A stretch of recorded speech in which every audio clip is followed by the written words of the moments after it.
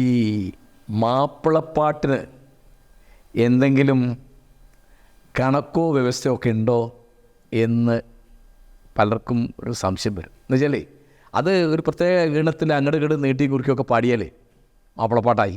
അതിന് പിന്നെ കുറച്ച് ഭക്തി, കുറച്ച് ശൃംഗാരം, കുറച്ച് വീരരസം, അങ്ങനെയല്ല. അതിന് കണക്കുണ്ട്. മാപ്പിളമാർ പറയും കമ്പിയും കഴുത്തുമില്ലാത്തത് മാപ്പിളപ്പാട്ടല്ല. എങ്ങനെ? കമ്പിയും കഴുത്തുമില്ലാത്തത് മാപ്പിളപ്പാട്ടല്ല. 1954 വളരെയധികം കേരളത്തെ ഇളക്കി മറിച്ചുകൊണ്ട് വരികയാണ്. കായലരികത്ത് വലയെറിഞ്ഞപ്പോൾ വളകിലുക്കിയ സുന്ദരി എന്ന പാട്ട്. അത് ഭാസ്കരൻ മാഷ എഴുതിയത്, രാഘവൻ മാഷാണ് ചിട്ടപ്പെടുത്തിയത്, രാഘവൻ മാഷ് എന്നെ പാടിയത്. അത് 1954 ടി.കെ. പരീക്കുട്ടി നിർമ്മിച്ചൊരു സിനിമയാണ്, നീലക്കുയിൽ. അതിൻ്റെ സംവിധായകൻ എന്ന് പറയുന്നത് പി. ഭാസ്കരനും രാവുകരട്ടും രണ്ടാളും കൂടിയത്. അപ്പോൾ അന്നൊരു ചോദ്യം ഉണ്ടായി, ഇതിൽ കണക്കൊക്കെ ഒത്തിട്ടുണ്ടോ? ചിലരൊരു ലക്ഷണമൊത്ത മാപ്പിളപ്പാട്ടല്ല. അപ്പോൾ ഇതെന്താ കണക്ക്? അതാണ്. അപ്പോൾ അതിൽ കമ്പിയും കഴുത്തും എന്ന് ഒരു പൊതുവായിട്ട് പറയും. അതിൽ കമ്പി, കഴുത്ത്, വാൽക്കമ്പി, വാലുമ്മൽ കമ്പി എന്ന 4 പ്രാസം നിർബന്ധമാണ്. ആ പ്രാസ വ്യവസ്ഥയാണ്. ഞാൻ ഒന്നുകൂടി പറയാം. കമ്പി, കഴുത്ത്, വാൽക്കമ്പി, വാലുമ്മൽ കമ്പി. പിന്നെ അപ്രധാനമായത് പലതുമുണ്ട്, ഞാൻ അതിലേക്ക് പോകുന്നില്ല. വളരെ പ്രധാനപ്പെട്ട ഏത് മാപ്പിളപ്പാട്ടിനും സാമാന്യമായി നിങ്ങൾ കാണുന്നത് ഈ 4 പ്രാസങ്ങളാണ്. അവന് കമ്പി എന്താ നോക്കാം. അപ്പോൾ മാപ്പിളപ്പാട്ട് ഒരു വരി മുറിഞ്ഞിട്ട് അതിൻ്റെ അടുത്ത ഖണ്ഡം, ഒരു പാദത്തിൻ്റെ ഖണ്ഡം തുടങ്ങുന്നത് ഒരേ ശബ്ദം കൊണ്ടായിരിക്കുക എന്നുള്ളതിനാണ് കമ്പി എന്ന് പറയാം. ഞാൻ ഉദാഹരണം പറയാം. പോലെ നടപ്പ് ശീലമിൽ പുതി കവിന്ത ബീവിയാണ്. ഇത് മോയിൻകുട്ടി വൈദ്യർ 1872 എഴുതിയ ബദർ മുനീർ ഹുസ്നുൽ ജമാൽ എന്നുള്ള കാവ്യത്തിലെ ഒരു നായികാ വർണ്ണനമാണ് ഞാൻ പറഞ്ഞത്.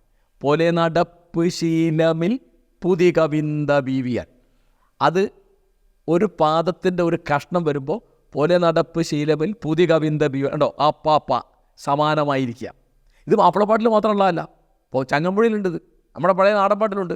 മലയപ്പുലയനാ മാടത്തിൻ മുറ്റത്ത് മഴ വന്ന നാടൊരു വാഴ നട്ടു. കണ്ടോ, മാമ മലയപ്പുലയനാ മാടത്തിൻ മുറ്റത്ത് മഴ വന്ന നാടൊരു വാഴ നട്ടു. അതുപോലെ തന്നെ പോലെ നടപ്പ് ശീലമിൽ പുതി കവിന്ത ബീവിയാണ്.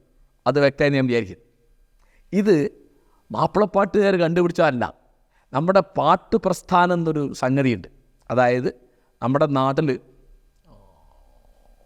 മണിപ്രവാളം പൊതുവെ എല്ലാവർക്കും അറിയുന്നൊരു വാക്കാണ്.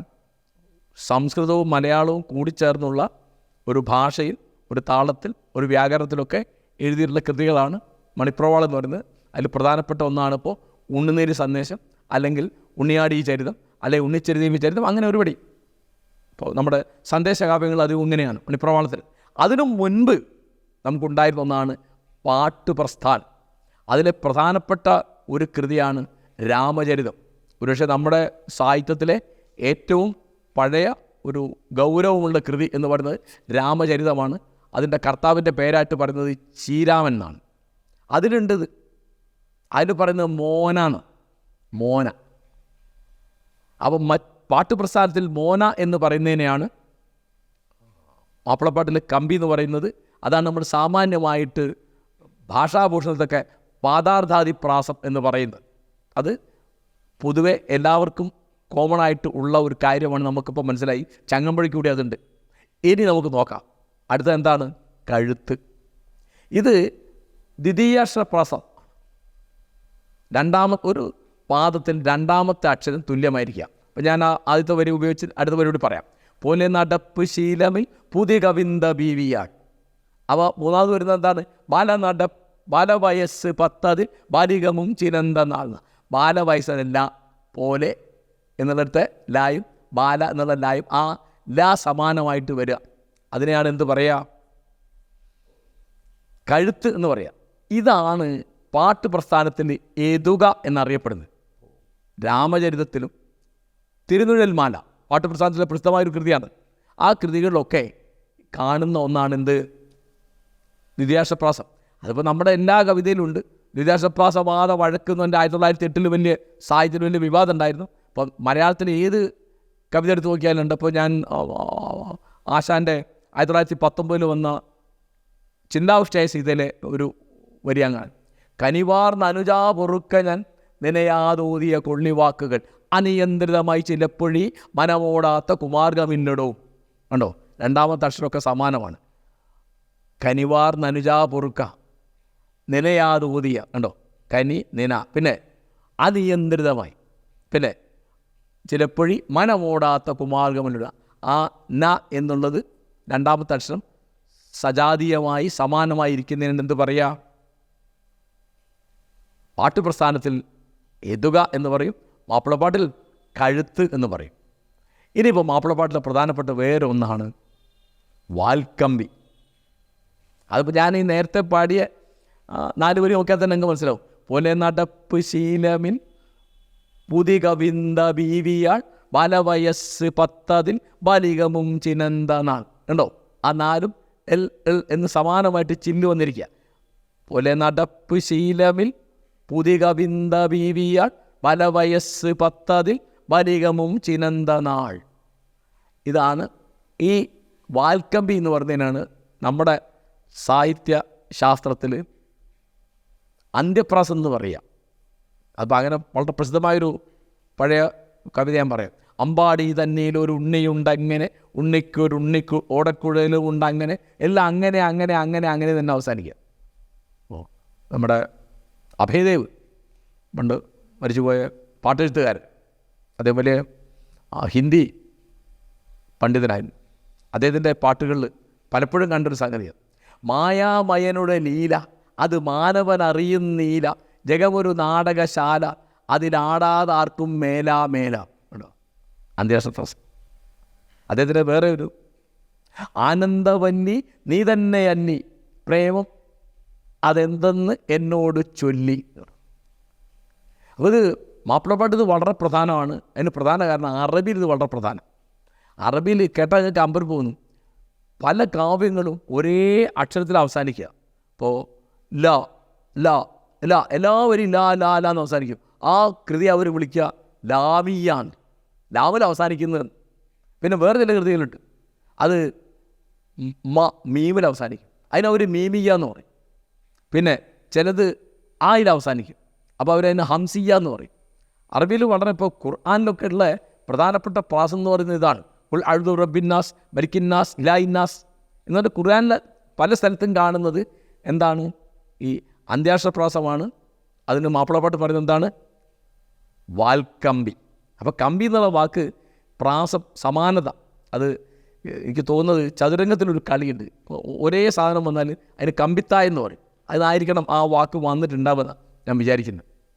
പിന്നെ ഇനി അവസാനത്തതാണ് വാരുമ്മൽ കമ്പി.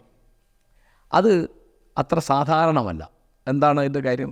ഇപ്പോൾ 4 അടി ആണ് ഒരു ശീലെന്ന് പറയുന്നത്. അത് തീർന്നു കഴിഞ്ഞാൽ ആ തീർന്ന വരിയിലുള്ള അക്ഷരം കൊണ്ടോ വാക്കുകൊണ്ടോ വാക്യം കൊണ്ടോ അടുത്തത് തുടങ്ങും. മാപ്പിളമാർ പറയുക വെച്ചേമെന്ന് എടുക്കുകയാണ്, അത് ഓർമ്മയെ സഹായിക്കാനാണ്. നിർത്തിക്കഴിഞ്ഞാൽ ഉടനെ ആ വാക്ക്. ഇപ്പോൾ ഞാൻ പറയാം, പുലിക്കോട്ടിൽ ഐതറിൻ്റെ മറിയക്കുട്ടിയുടെ കത്തുപാട്ട് എന്നുള്ള പ്രസിദ്ധമായൊരു പാട്ട് 1924-25 കാലത്ത് എഴുതിയതാണ്. അതിനുള്ള ഒരു അടി അവസാനിക്കുന്നത്, ബെല്ലാരിക്കുടനെ ഞാൻ വരാമൊട്ട് വഴിയുണ്ടോ, വല്ലികൾ കവിയിടേക്ക് വരാൻ പാടുണ്ടോ. അടുത്തൊരു തുടങ്ങുന്നതിനറിയാം, ഉണ്ടതെങ്കിൽ വന്ന് കാണാനുണ്ട് മോഹം പൊന്നെ, ഒറ്റ നോക്ക് കണ്ട് മാരി ചോട്ടെ അന്ന് തന്നേന്ന്. മനസ്സിലാവുണ്ടോ? ബെല്ലാരിക്കുടനെ ഞാൻ വരാമൊട്ട് വഴിയുണ്ടോ, വല്ലികൾ കവിയിടേക്ക് വരാൻ പാടുണ്ടോ എന്ന് ആദ്യത്തെ അടി അവിടെ തീർന്നു. അടുത്ത അടി തുടങ്ങുക, ഉണ്ടതെങ്കിൽ വന്ന് കൺമാൻ ഉണ്ട് മോഹം പൊന്നെ, ഒറ്റ നോക്ക് കണ്ട് മാരി ചോട്ടെ വന്ന് തന്നെ. അപ്പോൾ ഇത് ശ്രദ്ധിച്ചാൽ മനസ്സിലാവും, ഓർമ്മയെ സഹായിക്കാനാണ് ഇതൊക്കെ.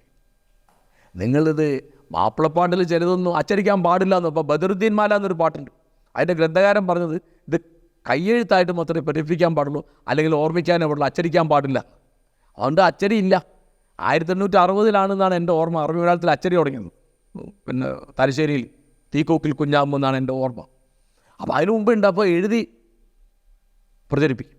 അപ്പോൾ 1607 നമ്മൾ കണ്ടുകിട്ടുന്ന ഏറ്റവും പഴയ മാപ്പിളപ്പാട്ട് 1607 എഴുതിയതാണ് മൊയ്തീൻമാല. അതൊക്കെ എങ്ങനെ പ്രചരിച്ച്? അത് ഓർമ്മയിലാണ് പ്രചരിക്കുന്നതൊക്കെ. അപ്പോൾ ഈ പ്രാസെന്ന് പറയുന്ന ഓർമ്മയെ സഹായിക്കാനാണ്. അപ്പോൾ മാപ്പിളപ്പാട്ട് പഴയൊക്കെ ആൾക്കാർ ബദറുദ്ദീൻമാലൊന്നും ആരും അച്ചടിച്ചാൽ കണ്ടില്ല. ഞാനത് വായിച്ചിട്ടുണ്ട്. പിന്നെ ഓർമ്മയിൽ നിന്ന് പാടുക ചെയ്യുക. അതൊക്കെ അങ്ങനെ പഠിക്കുന്നതും പാടുന്നതൊക്കെ പുണ്യകർമ്മങ്ങളായിട്ട്, ദൈവത്തിൻ്റെ കണക്കിലുള്ള സൽക്കർമ്മങ്ങളായിട്ട് നാളെ പരലോകത്ത് പ്രതിഫലം കിട്ടുന്ന, അല്ലെങ്കിൽ ഖബറിൽ പ്രതിഫലം കിട്ടുന്ന ഒരു സൽക്കർമ്മമായിട്ടാണ് വിശ്വാസികൾ എടുക്കുന്നത്. അപ്പോൾ അതുകൊണ്ട് ഇത് പിന്നെ സംഗീതം, ഈ മാപ്പിളപ്പാട്ട് ഇങ്ങനെ ആളുകളെ ആകർഷിക്കുന്ന കാര്യം എന്താണ്? ഇപ്പോൾ കായലരികത്ത് എങ്ങനെ ആകർഷിക്കുന്നത്? അത് ആരെഴുതി, ആര് പാടി, ആര് ചിട്ടപ്പെടുത്തി ഒന്നും വിഷയമല്ല. ജാതിമത ഭേദമില്ലാതെ, സ്ത്രീപുരുഷ ഭേദമില്ലാതെ, പ്രദേശഭേദമില്ലാതെ ആളുകൾക്ക് രസിക്കുന്നു. അതായത് താളം കൊണ്ടാണ്, അതിൻ്റെ സംഗീതം കൊണ്ടാണ്. അപ്പം എൻ്റെ കണക്കിന് നമ്മുടെ AR റഹ്മാൻ്റെ അദ്ദേഹത്തിന് ഒട്ടകത്തെ ഒരു പാട്ടുണ്ട്. അതിൽ ദ്രുതതാളം പറഞ്ഞ് മാപ്പിളപ്പാട്ട് പോയതാന്ന് ഞാൻ വിചാരിക്കുന്നത്.